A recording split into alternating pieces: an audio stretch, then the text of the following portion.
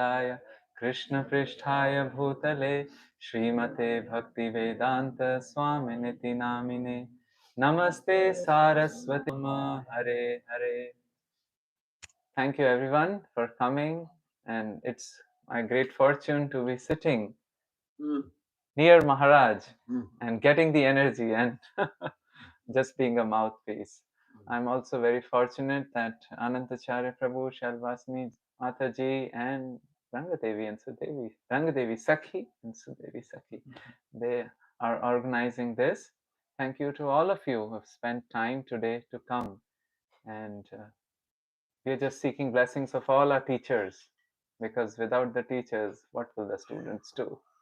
Maharaj once told me that universities are meant for professors to learn.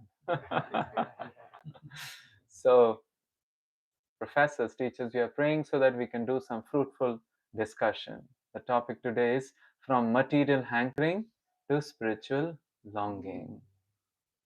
Oftentimes, there is a general human tendency to be critical about others and self-congratulatory. Self-congratulatory and critical about others. So, oftentimes we may think, humans may think, and I can say for myself, that we can triumph over some other human being and make them, fool them. So there was one such person. He went to some tribal lands and he thought, these tribals are just some simpletons. They have so much vast lands, I can just fool them and get all the lands. So this was a person who was totally thinking that he is the greatest intelligent person. However, we often lose our assessment in such situations. The tribal chieftain was also a very smart person. He said, oh, we have a requirement. If you want our lands, first you have to keep 1 million rubles in deposit. But the person thought, okay, this land is even much, much worth. So what's the condition? You just start walking. You walk and walk and walk, and as much land, as many hectares or acres of land you'll cover while walking, that's yours. Just keep 1 million rubles and you cover the lands. Only requirement, you have to start at sunrise and reach back to the same spot by sunset. So the person thought, yeah, that's so easy. Let me walk. Why walk? Let's sprint. So he started sprinting in the morning. He had too much energy and he had many Hershey's bar also, right? So he kept eating Hershey's bar and started walking and running, and he was covering, but he was thinking, oh, the sunset is quite far away. Let me run and run more. He ran, and then he realized, maybe I'm too far away. Anyway, I've covered hundreds of millions of rubles worth of land. Let me turn back. So he's turning back and he's thinking, oops, the time is little less. So he starts to sprint. He's panting. The lungs are gone. And he finally makes a dash to the starting point. Not able to reach the starting point, collapses with just one finger touching the starting point. The chieftain comes, looks at him, dead. He pockets the 1 million rubles and says, only he needed 6 feet of land to sleep. This is the adaptation of Leo Tolstoy's story called How Much Land Does a Man Need? One of my teachers would say, where attention goes, energy flows. Where attention goes, energy flows. So where was the attention of this person? Just to get more and more. Mahatma Gandhi also said, there is enough for everybody's need, but not enough for one man's, could be woman's also, greed. It could be anyone. Greed does not discriminate, right? Greed can come anywhere. So, where attention goes, energy flows.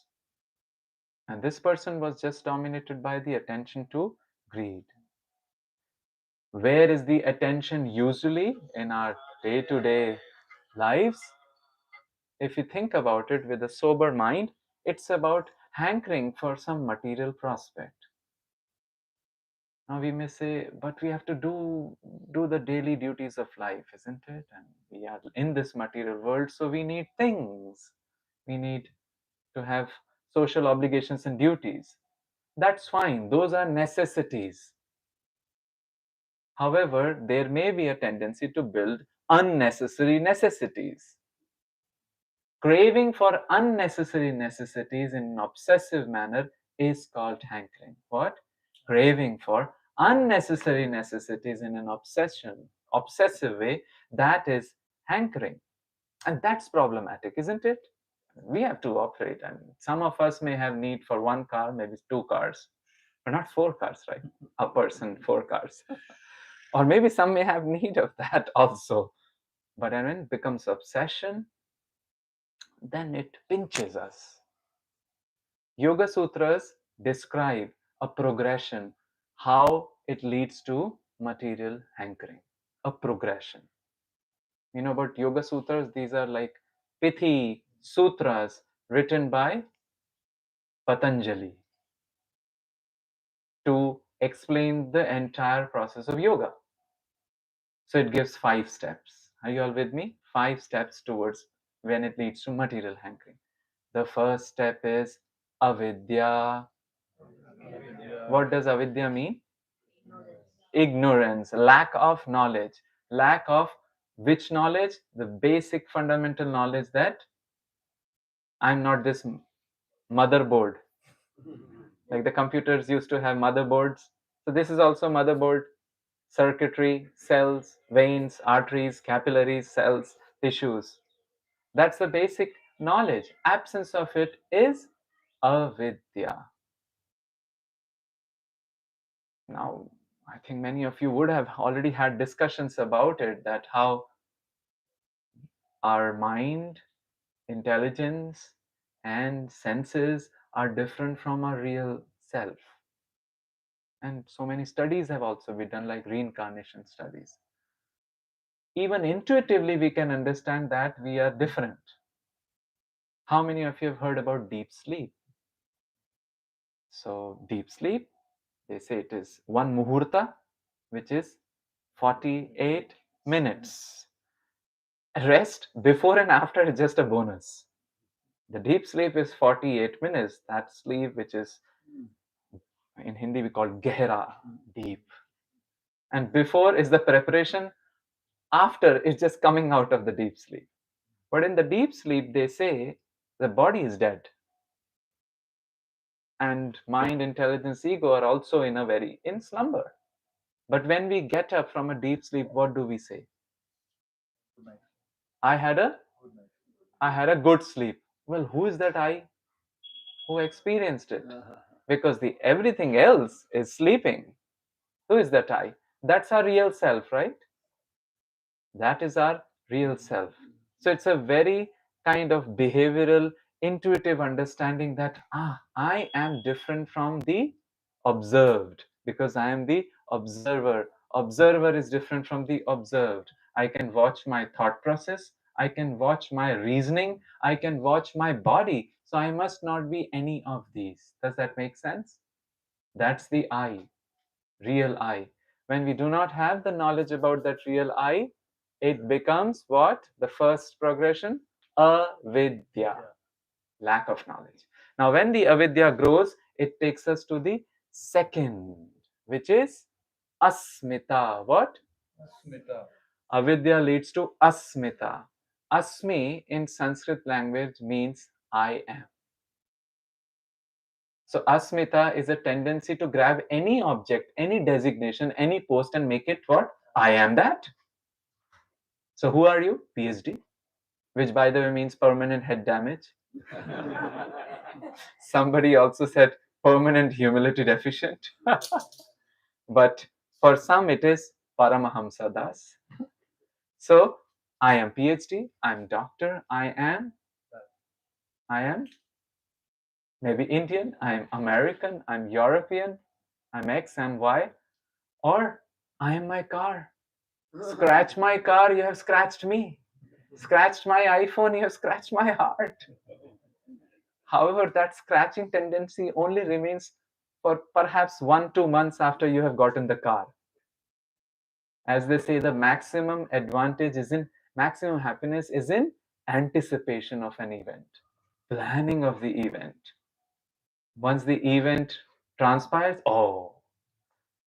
we know about Bhagavatam. It's a multi-volume book. And in the Bhagavatam, the sages give an example of what is the best happiness for a traveler. Any guesses? What's the best happiness for a traveler? Staying home. Pantah swasharanam yatha. As the traveler wants, when am I getting to home? That's the best happiness. So we'll plan, let's go to Hawaii. The planning is going on for 1 month. The day of boarding the flight. Really? I have to go? Can I just go back? Or maybe the next day after we reach Hawaii. So asmita means I am thatness. I'm that, I'm this. And this really pinches us, isn't it? Because things crumble. Avidya, asmita. The third is called rag. What? Rag. That means attachment. This I cannot live without it. Obsession, isn't it? The phone drops and palpitation. And the opposite side of rag is dvesh, the fourth step. Rag means love, dvesh means aversion, hate. And then we are stuck in a for loop. Love, hate, love, hate, love, hate. Especially with the, some of my friends have, they love paneer tikka. Paneer tikka, it's a particular recipe. And you little barbecue the paneer and then put it. We have a joke between us that paneer is like the Brahman. Why? All the recipes in North India, they are incomplete unless you put paneer in it. So paneer is the floating sarva khalvedam Brahman, like that. So he had a fancy for paneer and he knows it's not good for health. So it will be, can I eat a little bit? But then push back. Then eat, push back. So it's what? Love and hate. Sometimes he's cursing the paneer, sometimes cursing his tongue, sometimes the mind, sometimes the one who is cooking the paneer also. So it's love and hate. Avidya, asmita, rag, dvesh. And finally we lead to the fifth step, which is called hankering. Abhinivesh. What? Abhinivesh. It's the clinging to the material world. You can remember this art form, like all the hands down, stuck. Disney made a nice short movie called Brer Rabbit. Yeah, and I think it was called Brer Fox. And the fox was very cunning and always used to mess around with the rabbit. But rabbit thought, let's teach him a good lesson. So what did they do? They made a baby out of tar. Tar, we use it to make our roads. And it's quite sticky. But they painted the tar baby, put a nice cap and nose and eyes, everything. And the fox comes galloping and galloping and galloping and says, wow, that's good for me. She punches the tar baby. The hand is stuck. Okay, let me try the another one. That's stuck too. Let me try my feet. Stuck.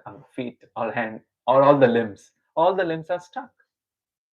So that's how Abhinivesh is. It gets stuck. And then it's difficult. That's material hankering. However, the desire to get something out is so strong in all of us that we think maybe still I will get the hand out of the tar baby. So there's a funny story in this regard. It's a real story told to us by Dinabandhu Prabhu. So in one of the ashram, all the brahmacharis, residents of the ashram are praying hard. It was a festival and they are fasting and hungry. And remember what happens after we fast for many times. We may not see Krishna all across, but we may see what? Food everywhere. They say Sangama Viraha Vikalpe Varamiha Viraho na Sangamastasya. If I give you the option of union and separation from your lover, better to choose separation, because in separation we see that person everywhere, isn't it? Happiness makes the heart grow fonder. Most of the songs are about separation and not union. So these devotees who are fasting now are hungry. So everywhere they are seeing what?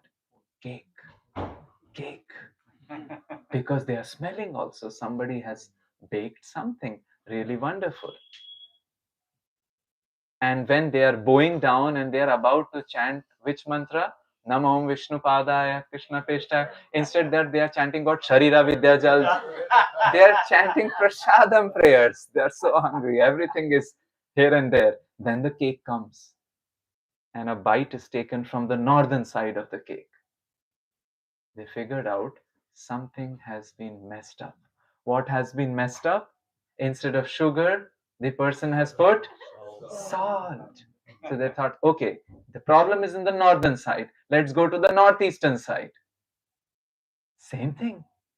They kept trying and ate the entire cake, and it was still salty. That was what the experience of this fox was. She kept trying different angles. She got stuck. Tar baby. Avidya, asmita, rag, dvesh, abhinivesh. However, when we are in a sober state, we start understanding or figuring out something is a big problem here. I need to get out of this stickiness. And everybody even sings about it. Even the material songwriters also sing about it. There was one songwriter, famous songwriter, I think maybe he's still alive, I do not know. He got the Nobel Prize in Literature for music writing. Any guesses? Nobody gets Nobel Prize in Literature for songs. Bob Dylan. And he wrote a famous song which then Jimi Hendrixized it, if that's a word. All along the Watchtower. Anybody has heard about this song? All along the Watchtower. I heard it from YouTube. Yeah. Oh, yeah. So they have U2 has also, I think, made a cover of it. And what does the person say there? There must be some kind of way out of here, said the joker to the thief. So there's a joker and there's a thief. Both are outlaws to the establishment. So they can make fun. That's what the jokers do. In Shakespeare plays and all, we have a lot of Vidushakas, jokers. And in the Sanskrit plays also, we have Vidushakas. And they can make fun because they are not part of the establishment. They are given freedom to enlighten in that funny way. So he says, there must be some kind of way out of here, said the joker to the thief. Why? There's too much confusion. I can get no relief. Is he talking about us? Perhaps, right? Then he says, businessmen, they drink my wine. It's my wine. Somebody else is coming and taking it. It happens with us, right? We have the proprietorship of a certain thing, but somebody else comes and eats it. If not for anything, microbes, bacteria, and fungus, they attack our fruits, isn't it? They come. They are teeny tiny. Then plowmen dig my earth. Other people come and take my earth also. Now the thief starts speaking. No reason to get excited. There's no reason to get excited. Things crumble. No sooner we do the housewarming ceremony of a home, something crumbles. we, we need a plumber soon. And there are many here among us who feel that life is but a joke. So, but you and I, we've been through that. Isn't that a deep line? We've been through that. One of the great saints of our tradition was Prahlad Maharaj. He was the son of a demon king called Hiranyakashipu. And Prahlad Maharaj would always tell, chewing the chewed. We've been through that. And then he says, but this is not our fate. So let us not talk falsely now. And do what? The hour is getting late. This song is talking to us what material hankering can do to us, trouble us, and it's also talking to us when we get sober, we feel like getting out. Getting out of that stickiness, isn't it? It's a sticky situation. Things crumble. So what's the first step? Material hankering. Now, immediately we cannot turn, right? So we have to take a exit first. When we get lost, we first take an exit and come back. So the first is to do a tender loving neglect. What? TLN. A tender loving neglect to the desires which come in barge. We are not fighting with them, because if we fight with them, they might capture us. Just like that fox, isn't it? The fox came, put the hand, got stuck. Put another hand, got stuck. It was best if he just told the fox, you look nice, I'm on my way. Tender loving neglect. That's also talked in meditation. When we meditate and we are chanting Hare Krishna, Krishna Krishna, Hare Hare, Hare Ram, Rama Rama, Hare Hare. So many things will come: grocery list, coding list, work list. So the teachers tell us tender loving neglect. Just like you're driving a car and a toddler, not a toddler, maybe a 1-year-old is sitting and he says, ice cream now, or toys. The requests keep on coming. If you start acting on the request, what will happen? You won't act on the request then, because the car might crash, isn't it? So what do we do? That tender loving neglect, it has to be tender because it's a kid. It has to be loving, but it still has to be neglect. This is also equivalent to loosening our ego. What? Loosening our ego. So that when we walk around in the world, things just don't pinch us. So that we are not walking with one assault after another. Anything and everything is disturbing us, isn't it? Sometimes happens. Maybe the environment, maybe the politics, maybe the X, maybe Y, Z, alpha, beta, gamma, everything. And then it's a walking assault after another. That disturbs us. That discomforts us. So the first step is tender loving neglect or loosening the ego. Why? Because we understand alone we are not the cause of what we get, isn't it? We alone are not the cause of what we get, isn't it? Are we the alone sole cause of what we receive? It takes a village to raise the child. And it takes at least 5 factors, according to Bhagavad Gita, to give any result. Would you like to know about those 5 factors? Adhishthanam, which means the ambience. Ambience matters, right? The optics matters. Which place we are doing a particular activity. If you have to become a CEO, startup, you have to open a startup, go where? Now they say Seattle. Yeah, go to place where people are busy doing startups. And in our IIT, we had a joke. How you can become a binge drinker. Either do a PhD or go outside, there's a bar there. Association, ambience, right? Ambience matters. If we have to have healing, if we are suppose going through a trauma and we're going through a tough health crisis, in the thick of the city, we won't heal fast, right? We have to have an ambience, a proper ambience. Adhishtan. The second is karta. What? Karta. Karta means the doer. What?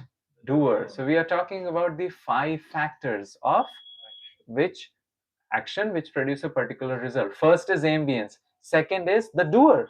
If the doer is not there, what's about the action? Third is called instrument. What? Instrument. Current. Like these are the instruments, isn't it? Or these instruments. If we need an amplified voice, we need such instrument. So do ambience, doer, instrument, and then endeavor. Have to try something. In Sanskrit, there is a saying, Nahi suptasya singhasya pravishanti mukhe mrigaha. A sleeping lion, a deer, won't just enter into the mouth of a sleeping lion. Thank you very much. You have been so kind. You are the Lion King. Let me enter. Nobody does that. We have to do the endeavor. Ambience, doer, instrument, endeavor. And the fifth is interesting too. Daiv, which means providence, which means the supreme personality. So these are 5 factors. Once we understand that, some sobriety dawns upon us and we think, yeah, I'll do the best and leave the rest. And turn towards that personality who is orchestrating everything. So that is like moving away from material hankering and coming slowly towards spiritual, isn't it? So material hankering, then loosening the ego, and then understanding there are many factors. And things will crumble in the world. But let me turn to the one who is orchestrating everything. Prabhupada would say that, make the best use of the bad bargain. And Paul McCartney also wrote a song which is similar to it. Anybody knows? He wrote when John Lennon, we know about Beatles? Everybody knows about Beatles. Not the Beatles which walk around, right? He wrote a song for John Lennon when he was going through tough time. So he said to him, hey Jude, don't make it bad. Take a sad song and make it better. Prabhupada is also saying, make best use of the bad bargain. And this happened to us when we entered our college. We were thinking that IITs would be full of Einsteins and Newtons. And as soon as I entered, they told me, why don't you say some street language? What? I thought you'll be talking to me about general theory of relativity. So my senior called me and told, see, this is a bridge of 4 years. You're not going to live in the college for entirety of your life. So make the best use of whatever bad bargain you have received, isn't it? So here, this is also bridge. You're not making full home here. So we can make the best use of the bad bargain. Somebody did so. In France, a place called Provence.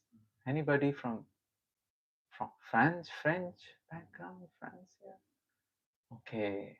So this person was in Alps. And his story was told to us by a traveler who was traveling up the Alps, just trekking with a water bottle, thinking that anyway the water gets empty, he'll have plenty of springs to fill the water from, right?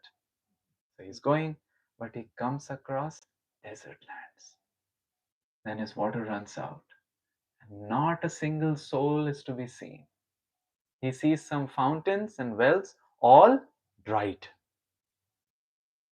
So he's now thinking, maybe this is my last breath. But then he sees some sheep and goats, and he finds a very lone shepherd walking. The shepherd comes to him and gives him, they have these leather sort of, yeah, what do you call them? Canteen. It's a bottle like that, and he drank the water, and his life was saved. This person didn't speak much. He had a bushy mustache. His name was Elziad Bouffier.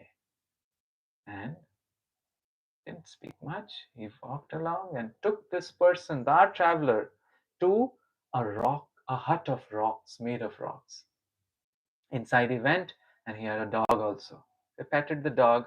This person, Elziad Bouffier, gave him a soup to drink. He drank the soup, was happy. And he was a little confused. What's this person doing up here in desert land with some sheep and goats and one dog? And it was a very cruel environment there. Then he saw this person was sifting out something on his table, sifting something on the table. He had 100 acorns. You know what is acorn? The seed of the oak tree. So he was separating these acorn seeds into batches of 10.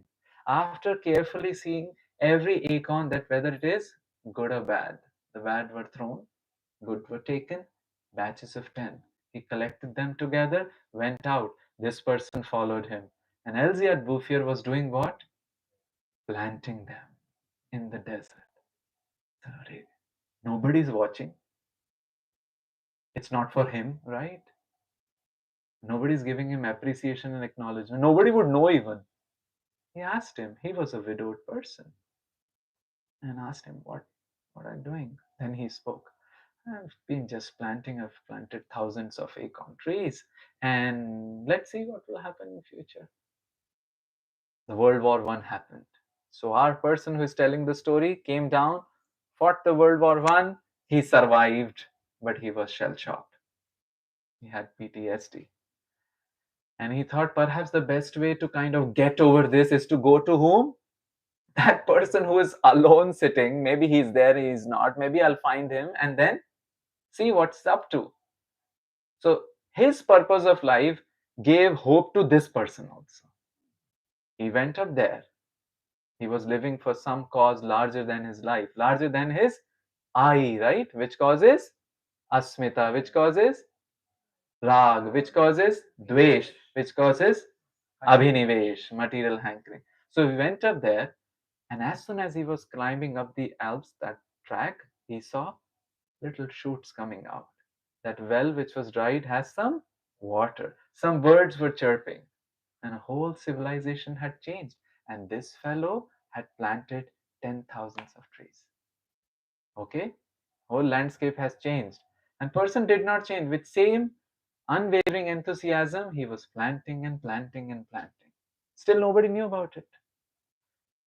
Okay, so this became the favorite time pass of our storyteller. He would come down and then again come up. And after some years, he found that he has changed his profession. Now he's no longer planting the acorns because there are too many of them. This season, he was rearing bees. He was now rearing the bees and making honey, because so many plants had come, which they will invite whom? Bees. Finally, the French government came to know about this phenomenon, and as it is true with many of the governments of the world, they would not like to find the root cause, and they ascribed the growth of this forest to a mystical natural phenomenon. And nobody knew about Elziad Bouffier. Even though it became an active place of tourism, thousands of people were now settling there. Nobody knew who was silently doing it. He kept doing it, and died after many, many years, happy, contented. This is a French story called The Man Who Planted Trees by Jean Giono. And a movie was made on it, which won the Academy Award, Oscar Award. But it has something, it's quite telling that this person lived for a purpose larger than himself, isn't it? He was turning towards something. His attention was going to somewhere else. And this is what Bhagavatam is telling to all of us. Twice it is repeating a same example, the example of a insect and a butterfly. What? Insect and a butterfly. So this book tells us there is certain kind of a moth. It captures an insect and keeps it inside a hole in the wall. And the door is shut. But what happens to the insect? It is always happy. What's happening to the insect? The word uses samrambha bhaya yogena. It is yoga means connect, but it is connected with not Lord. It is connected with bhaya, which means fear, and samrambha, which means anxiety. Now it will come. Now it will come and eat me. So what's the consciousness of the insect is all about? That particular moth, isn't it? So the Bhagavad gives the example, after meditating on the moth, the insect becomes what? Moth. It becomes that butterfly moth. Whatever we think, that's wherever attention goes, energy flows, and the energy did the metamorphosis of the insect into the moth. So our acharyas and our teachers also kind of come in our lives. First they tell us, no, this abhinivesh is bad. Loosen the ego. Do the tender loving neglect. And then they start to give to us some other goal, some other higher goal.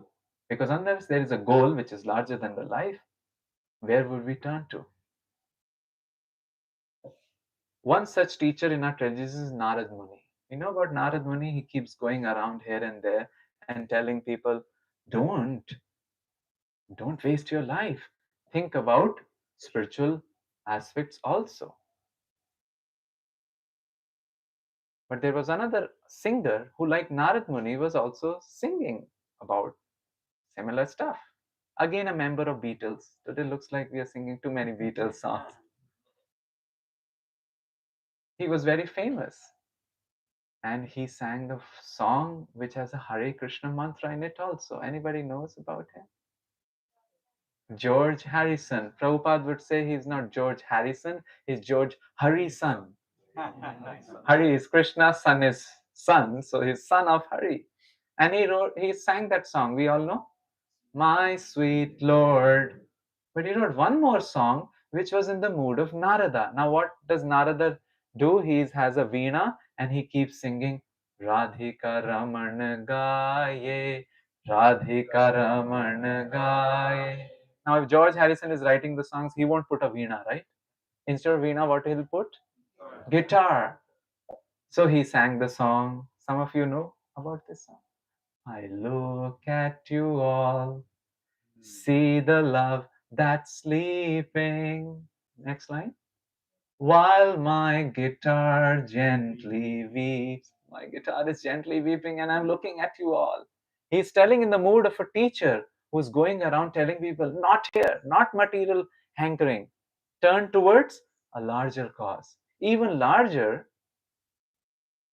than planting the trees, that's good, but even larger, which subsumes concern and compassion for every living being. So then he says, I look at the floor and I see it needs sweeping while my guitar gently weeps. What is the floor here? Our heart. So he's telling our heart. And we say, Shravanam Kirtanam. Shravana means hearing. Kirtan means saying. It's like Skrabanam, Mopanam. It's Skrabanam and Mopanam of our hearts, isn't it? When we hear about spiritual topics, it's doing some magic in our hearts. And then he says, I don't know why nobody told you. Nobody has told you how to unfold your love. How to unfold your love? Nobody has told you. That's why I have come. And I don't know how someone controlled you. Do we agree that we are being controlled or we are controlling? Being controlled. I'm sure at least one object is controlling us. And that's called the iPhone. Imagine we are Chaitanya beings, right? We are spirit souls. We are different from matter. How about the phone? It is matter. But looks like that has tentacles. It comes out and captures our attention. Then he says, I look at the world and I notice it's turning. Is it turning? It's turning. Things are going upside down. At least this is very true now. While my guitar gently weeps. When such a saint is coming to us, it is giving us a worthy spiritual goal to aspire for. Because how can we have spiritual longing if there is no spiritual goal? This is called hero's journey. What? A hero's journey or a heroine's journey, isn't it? We are in one place, stuck up like that fox with the tar baby. I need to come out of it and then go somewhere else. This example is used in all traditions. In fact, all movies, Star Wars also, talk about this hero's journey. Many movies, but at least one is very classic. It is the story of Simba. You know about Simba? The lion. Who was his father? Mufasa. Mufasa's son, Simba. And Mufasa is giving him big dreams. You have to, this is called Pride Lands. And there is a Pride Rock. And there are pride of lions. And you have to sit on the top. It's too much pride. But then what happens? Mufasa's brother or Simba's uncle wears away Simba. You know his name?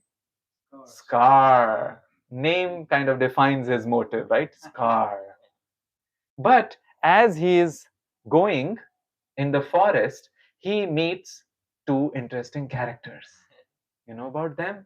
There is one meerkat called Timon. And there's a warthog or like a wild boar called Pumbaa.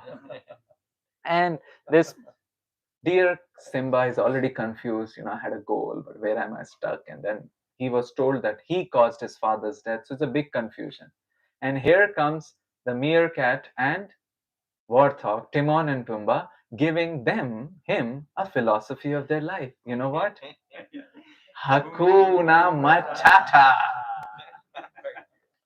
What is Hakuna Matata? Then they explain it. Hakuna Matata. What a wonderful phrase. Timon is saying. Hakuna Matata ain't no passing craze. It's not a passing craze. It's stable. Sarva Khalvidam Brahman. It's all.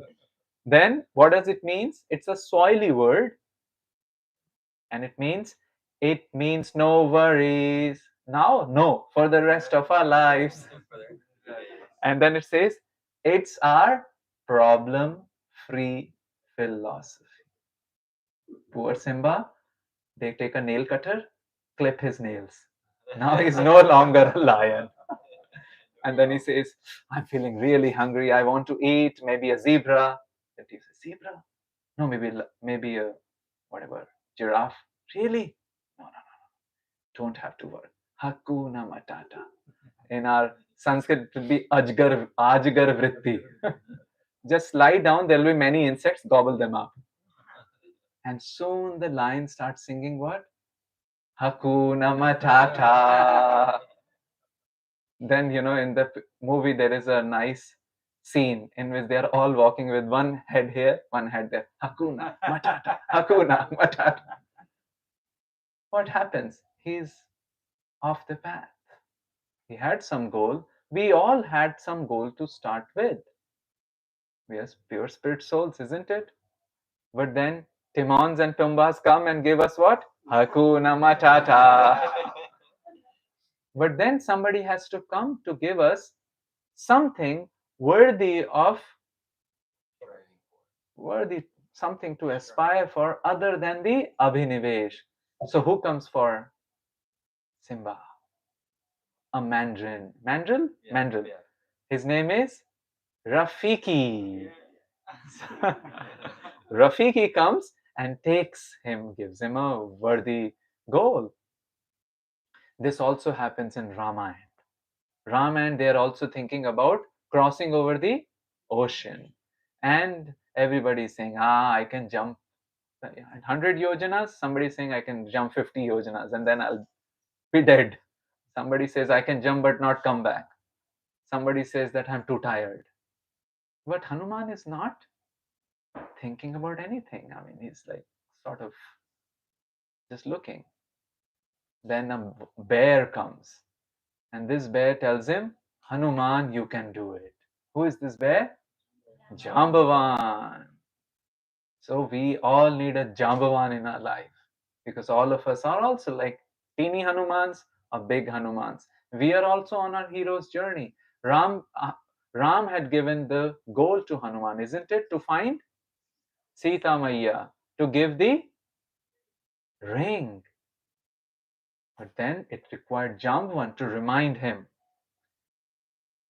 This hero's journey or heroine's journey is applicable in all our lives. The first phase is called departure. What? Departure. We try to depart from our abhinivesh, or even from our comfortable material situation, which is so cozy, but it's not serving the purpose. So it departs. We depart from that. Second phase is where we try to fulfill our achievement, fulfill our goal. But then Timons and Pumbaa will come, so we have to be careful and have Rafiki near our side or Jambavan near our side, isn't it? This is called fulfillment. What? Fulfillment. Departure, fulfillment. And once we have fulfilled, we come back again. Like Hanuman came back, right?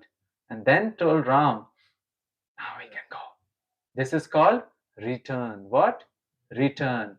So departure, fulfillment, and return. Our divine grace, Prabhupada also did that. So there is a departure from India, because not many things were happening here.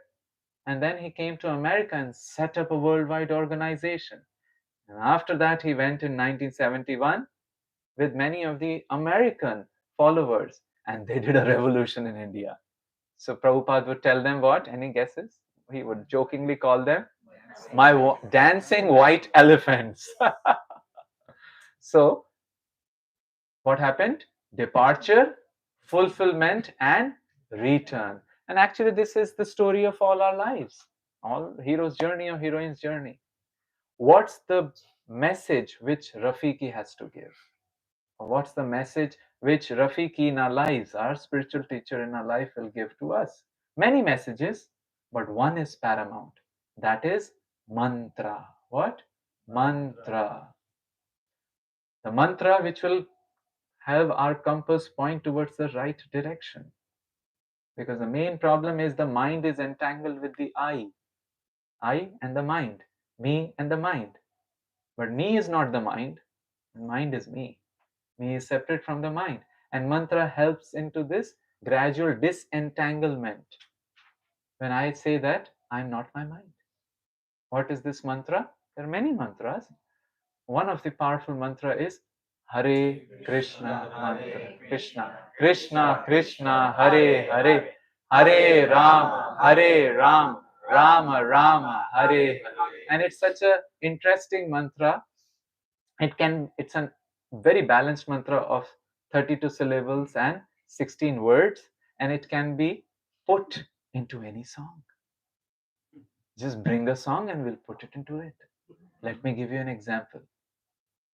Hare Krishna, Krishna Krishna, Hare Hare, Hare Rama, Rama Ram, Hare Hare, Hare Krishna, Krishna Krishna, Hare Hare, Hare Rama, Rama Rama, Hare Hare.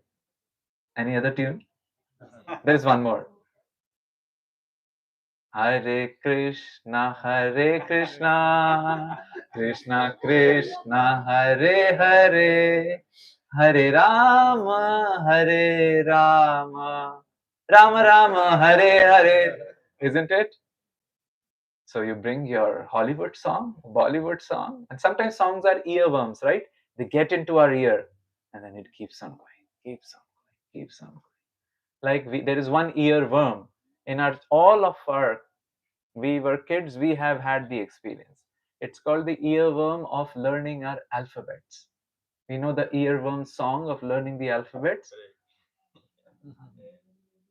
A, B, C, D, E, F, G, H, I, J, K. It's not L, M, N, O. L-O-M-N-O. So it's their earworm. We still remember after 40, 50 years, 60 years, 70 years. It's an earworm.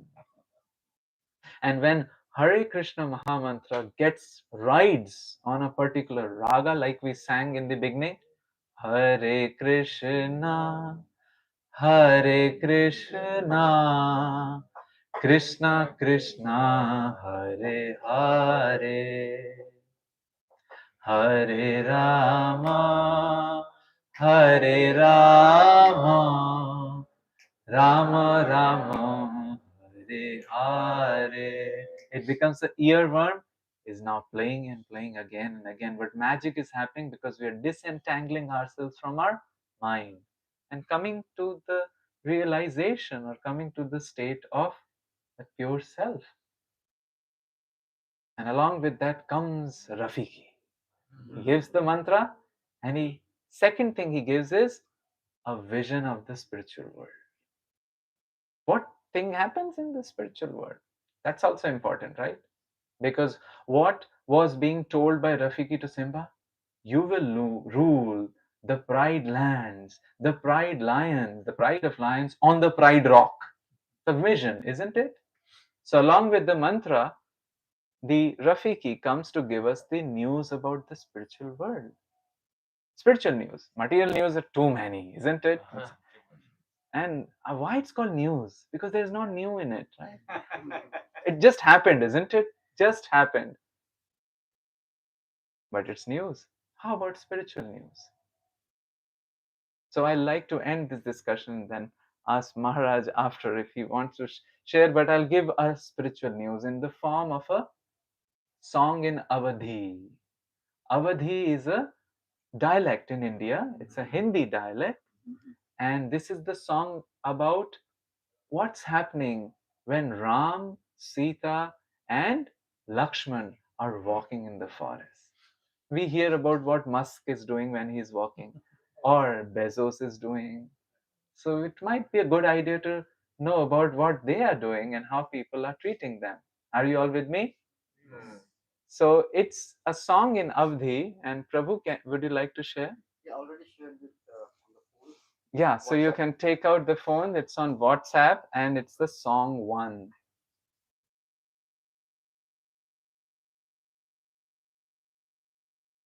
Okay. So this is a song describing where Ram, Sita, and Lakshman are walking in the forest. Did you all get it? Hare Krishna, Krishna Krishna, Hare Hare, Hare Rama, Rama Rama, Hare. Who did not get it? Okay. Rest everybody got it?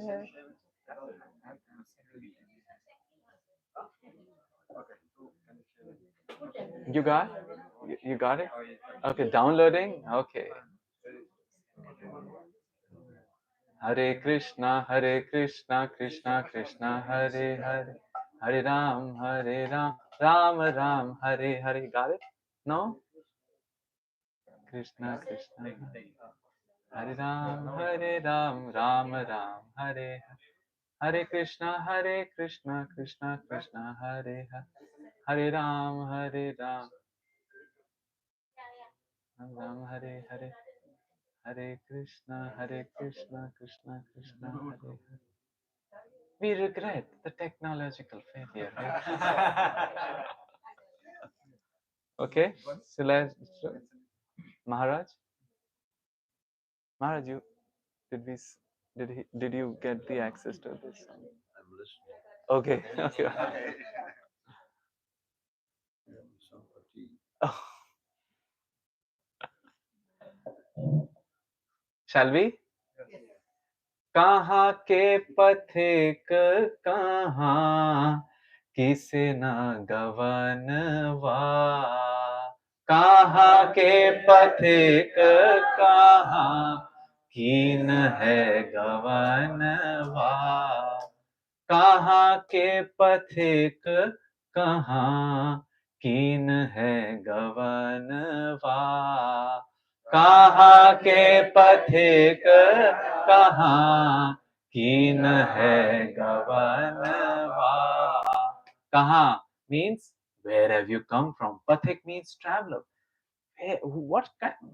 You are travelers, but where have you come from? And kaha means where. So I think by the end of this song, you will know some of the Avadhi words, exotic words. And where are you going? They are asking, everybody's asking what? Lakshman, Sita, and Ram as they are traveling in the forest. This is the Ramayana, where they have been banished to the forest. They are going. So the forest dwellers, all the ladies and men, they are asking them, कहाँ के पथिक कहाँ कीन है गवनवा, कहाँ के पथिक कहाँ कीन है गवनवा, कौन ग्राम के धाम के वासी, कौन ग्राम के धाम के वासी, कौन ग्राम के धाम के वासी, कौन के धाम के वासी. He's asking, where do you reside? Gram means village, Vasi means dweller. Which village do you stay? And which village have you come from? Which dham have you come from? के कारण तुम त्यजो है भुवनवा, के कारण तुम त्यजो है भुवनवा, कहाँ के पथिक कहाँ कीन है गवनवा, कहाँ के पथिक कहाँ कीन है गवनवा.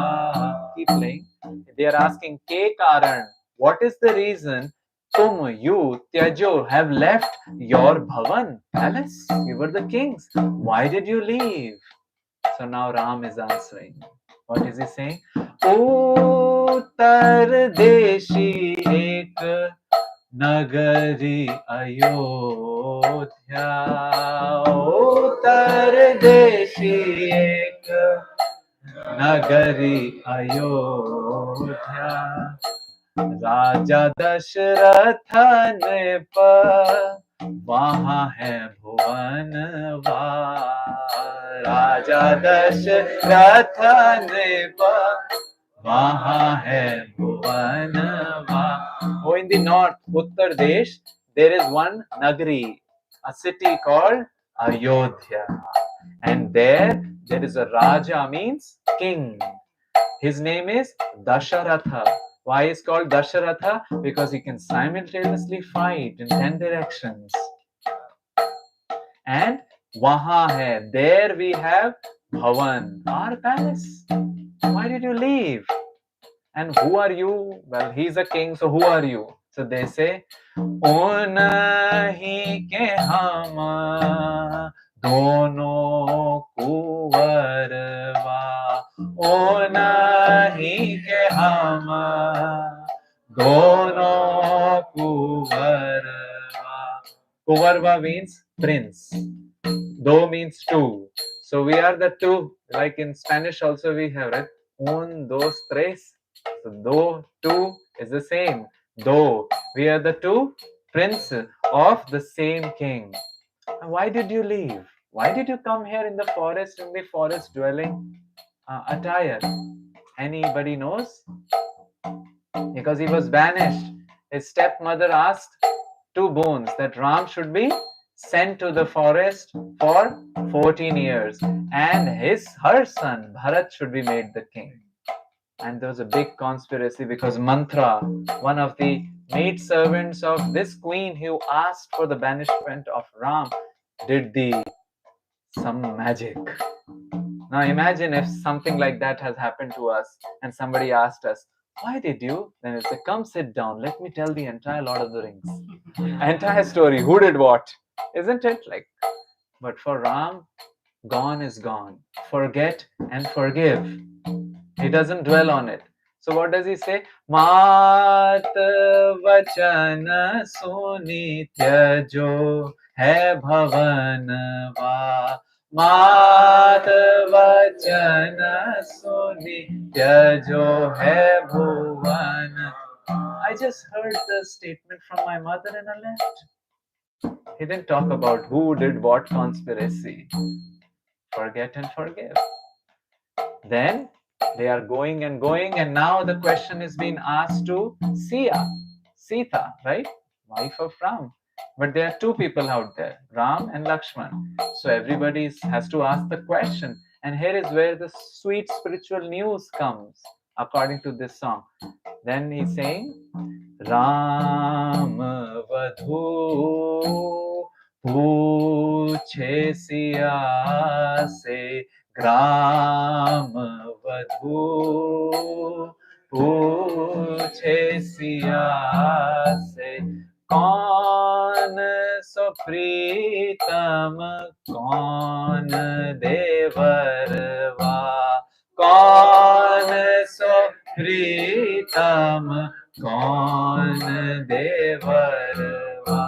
The Gram Vadhu, the members of their forest, are asking Sia, well, who is your husband? Who is the brother-in-law? So this is a special kind of taunt in the Avdhi language. Who is Devar means brother-in-law. Who is the husband? Who's your Pritam? Pritam means somebody dear. Like we call honey.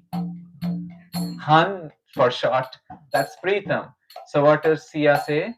Siya muskai bolat mridu vani. Siya muskai bolat mridu vani. Savro pritam gore devarva. Savro pritam gore devarva. She's saying the one with the bluish monsoon cloud like complexion, like Krishna. Ram also has the same complexion, bluish, blackish blue monsoon cloud, just like we see Jagannath here or Krishna there. So he says the one who has a blackish bluish complexion, so beautiful, that is my honey. And the one with the complexion of a spring cloud. Spring cloud is not dark, it's whitish. That is my Devar. कहाँ के पथिक कहाँ किसे है गवनवा. कहाँ के पथिक कहाँ कीन है गवनवा. So the Rafiki comes and gives two things. First, mantra. And the second, spiritual news. What's going on there? And that helps us develop the longing, a worthy purpose to aspire for. Material hankering was avidya, asmita, rag, dvesh, abhinivesh. And the sobriety comes, loosen the ego and do tender, loving neglect to all the desires who come. And then, along with the teacher, get some mantra and spiritual news to turn towards the spiritual world and cultivate spiritual longing. With that, we rest our case. Hare Krishna. Hakuna Matata. After we come to the spiritual longing, then again we can sing Hakuna Matata. Maharaj really like. Hare Krishna. Thank you. Your presentation was complete. Your presentation was complete. I have nothing to offer. Just, I was just thinking about Upadeshamrita. Achahara Prayasascha Prajalpani Mangaha Jana Sangascha Lolyam cha. Yeah. So it also talks about, hankering. And then hankering. after that, I have to work hard. Then I have to get the possessions and so on. And then the solution there is in text number 7, Shatnama Krishna Charitanya. So it also gives a solution and a direction. Yes, yes. Yeah. Let's just think about that. Ah, so that book is also. Tar baby catches Brer Rabbit.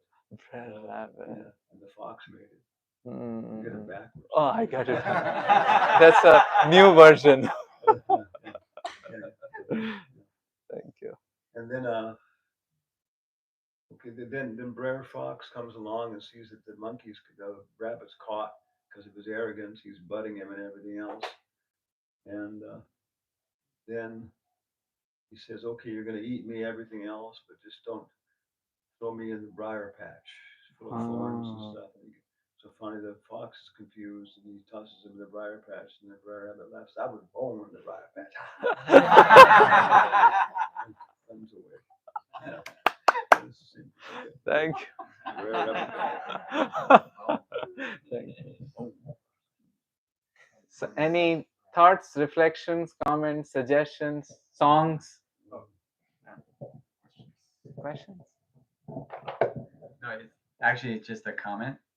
When you were talking about how you can put the Hare Krishna mantra into any song. You want to put in one song? Oh, yeah. I wish I was that creative on the spot. But actually, I was going to say that I'm sure everyone already knows, but Dhanavira Goswami has made an album of doing that. Oh, that's sweet.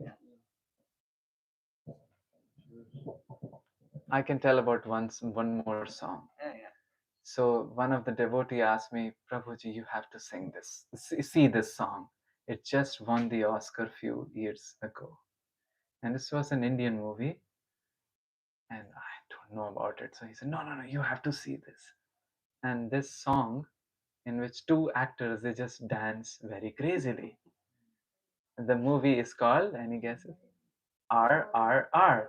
And the song was some nato nato like that. But it's an earworm. It just entered my ear.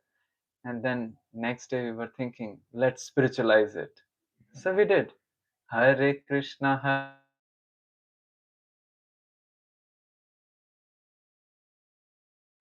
Hare Rama, Rama Rama, Hare Hare. We added one more to the list. More thoughts? Yes. You can.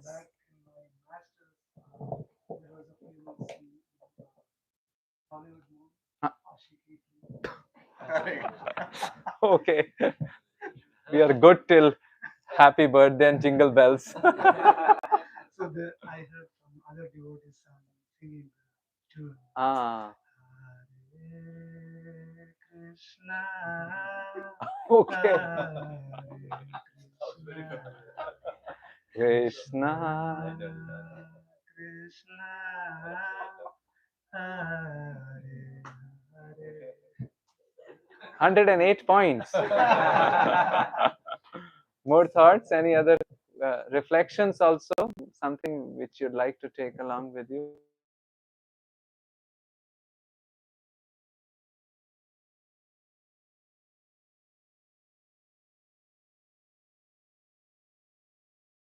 Did like that to me. Just a thought I was thinking, why we are calling it hero's journey or heroine's journey? Why the word hero is used? Is there any particular reason? Does it give pride, or I'm on a hero's journey? That means it gives me pride, or how do we take it? Well, the Sanskrit word is Nayaka and Nayika, and that's the central role in any drama. Nayak or Nayika is a central role in any drama or a kavya.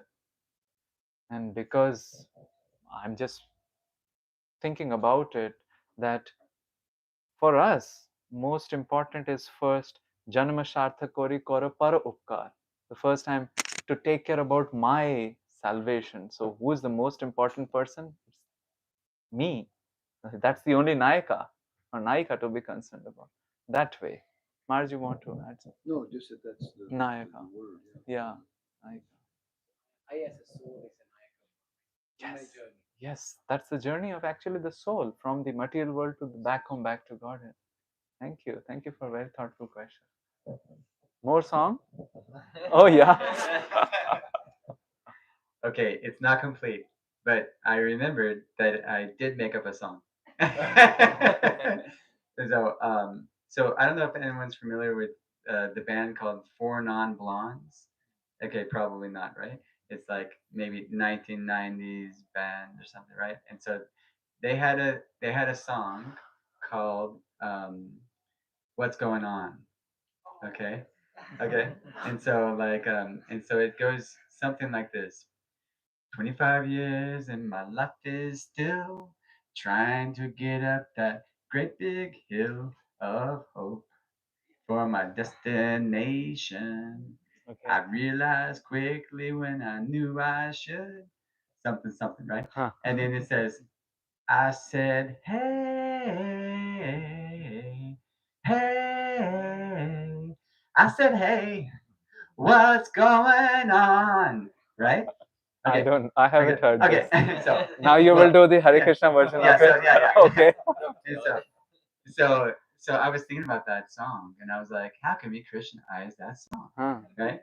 And so I was like, 25 years and my life is still trying to get up that Govardhan Hill. Oh. Of hope to the supreme destination. And then I can't remember the next verse, but then it was like the refrain was, I said, right, hey, right, hey. I said, hey, right, hey. That gives me 220 volt of energy. Any more songs? Yes, yes, please, please. Yes.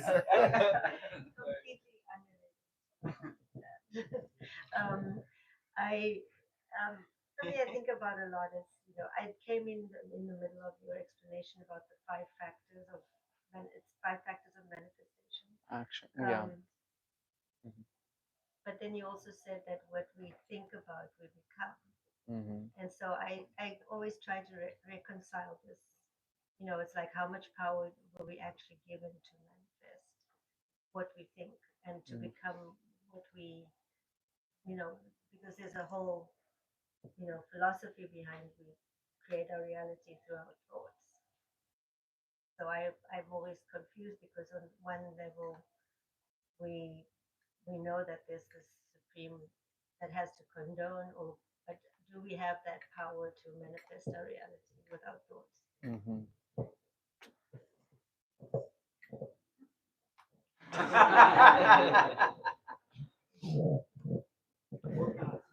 See, the thought process is that string which is going on in our actions, right? What we think, eventually that will become our action, isn't it? Whatever we are meditating or thinking imbues our the doership mode, the instruments, the whatever we are using it, and the endeavors, right? Now we are saying that, but there is a fifth factor, Daiv, also, which is controlling, right? The Daiv, the Supreme Personality of Godhead, also has a role to play. So the question comes, and if I'm trying to understand the question correctly, how much is our endeavor and how much is whatever is kind of sanctioned? Did I understand it correctly? Also with the understanding of we have a certain amount of karma, as a people, there's all this, in this kind of new age world of like, we can, and there's a lot of books written about it, and a lot of thought leaders, really sort of saying we can manifest anything we want, really follow these processes. Well, certainly we have free will and we can create new karmas. We have a baggage of karma from our past life also, and we can destroy it also. We can create new karmas also. In fact, one of the shlokas I think it comes in Mahabharata, it says that if we do utkat means with real intensity, some of activity, then within 3 days or 3 weeks or 3 months, will get the result. For instance, eat gulab jamuns for 3 days, and the next day we'll get the result, right? It's a utkat. We did it with intensity. So certainly free will has role to play. If I utilize my free will, my given free will in doing bhakti, then it is said that all the karmas in sequence will be completed.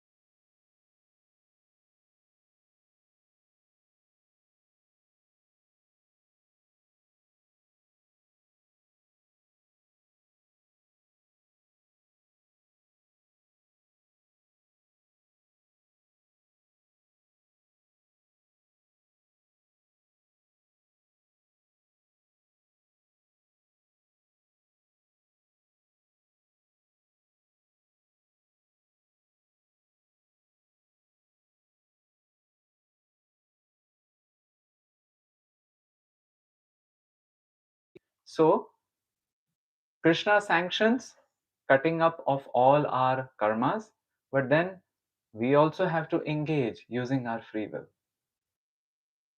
I can say, well,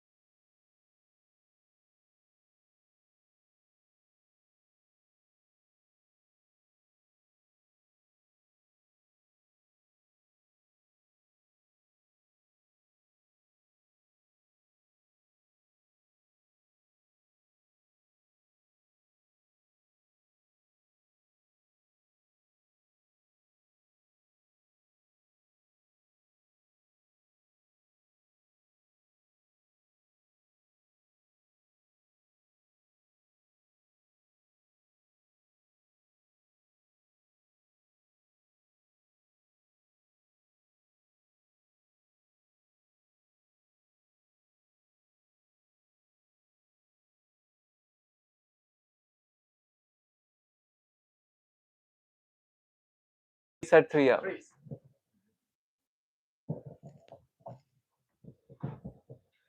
Thank you. That was absolutely outstanding.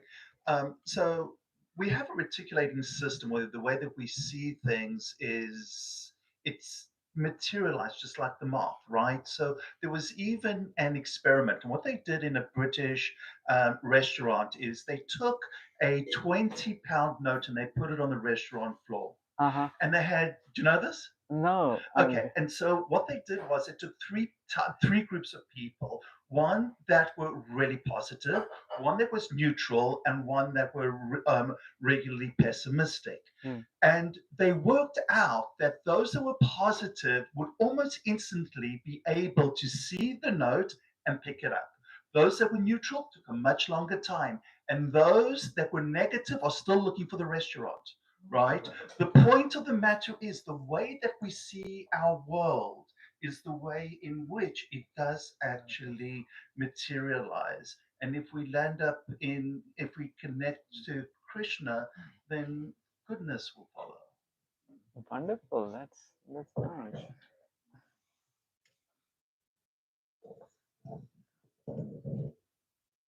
He said. Huh? That was a reflection, right? It's a reflection. Reflection. No, I mean, I graduated in psychology from the University of California. Okay, and it's exactly what you're talking about. Our perspective, and this process is Krishna consciousness. The Yeah. word consciousness is Bhavanamrita. Bhavanamrita. And so it's a whole development about our perspective, how we see things.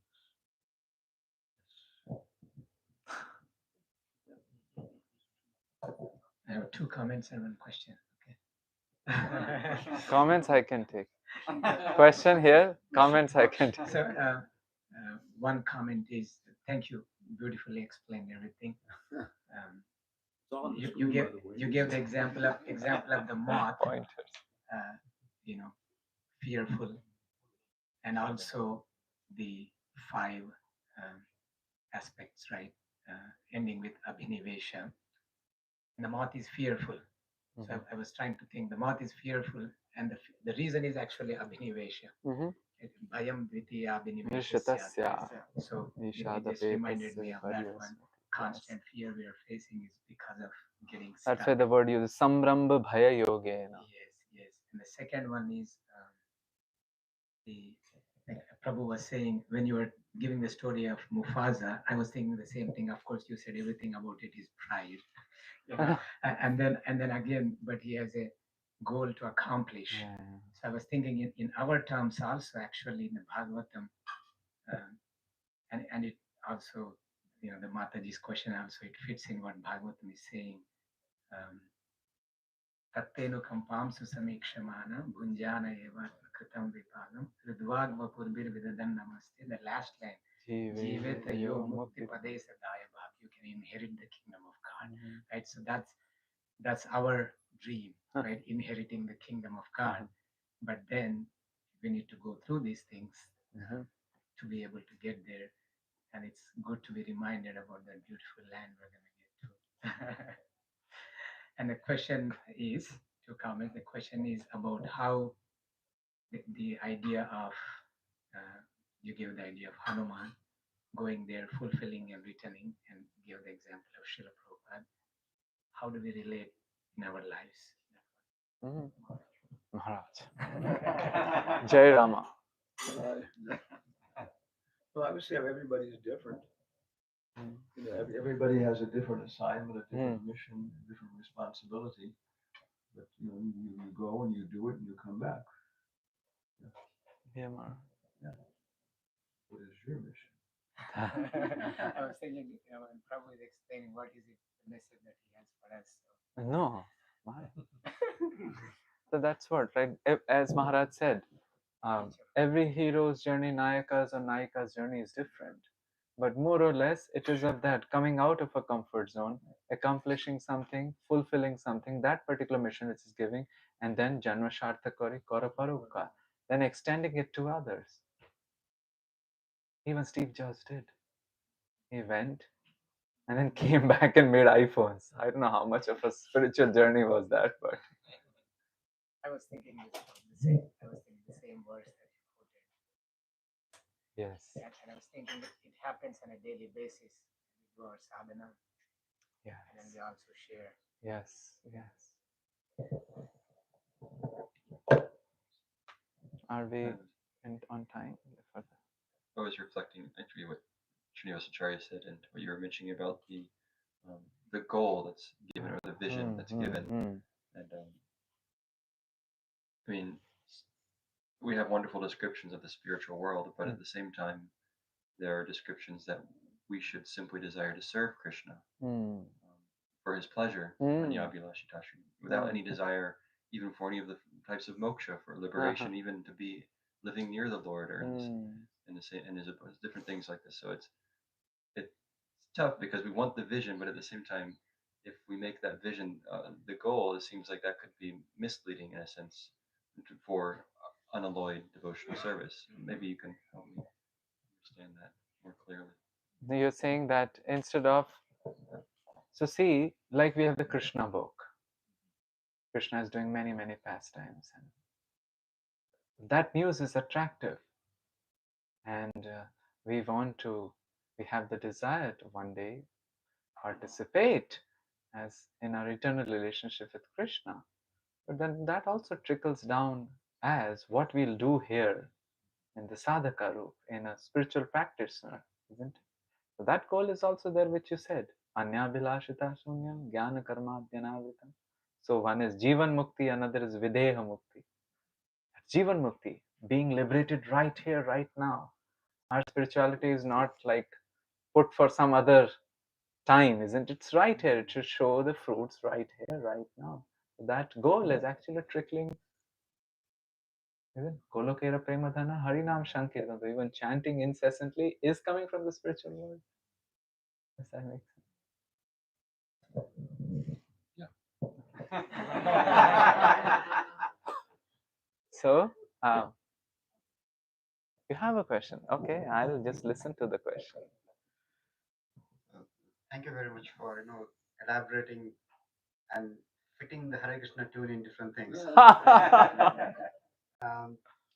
But in a day-to-day life, like as you're narrating the story of the Lion King and the Simba, some or the other way, we do get in touch with the scar.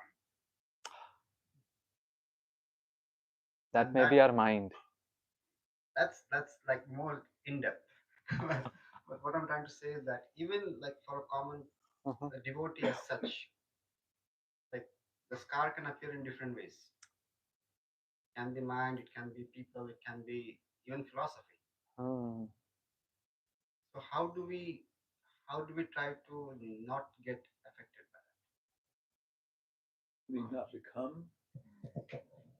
I suppose Not usually scar is a direct opponent. We know. But if you're talking about become the evil one ourselves. Become influenced by scar. I mean, influenced in the sense that we want to become him, or influenced in the sense that we become afraid. Yeah. Go to like the purpose of scar is to create deviation or create fear or create kind of move you away from the goal. Yeah, we can't accomplish the goal. Yeah. So he's saying, how can we not get influenced by such things? Yeah. Well, Bhishma Dev says by rousing up. Rousing up. By prowess. He says. Does that mean that we have to lay on the bed of arrows? No, actually, Utsahan is more important than say Haribo. Yeah. Prabhupada says that Hanuman was on the mountain. He didn't think, well, what do I need? Do I need a GPS device? Do I need night vision goggles? Do I need? He just said, Jai Shri Ram and jumped. Jai Shri Ram. Prabhu, now you can say Jai Shri Ram and jump. The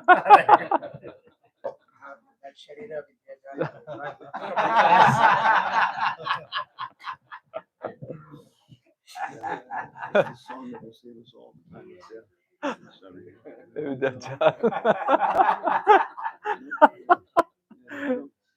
Yeah, Shabhi.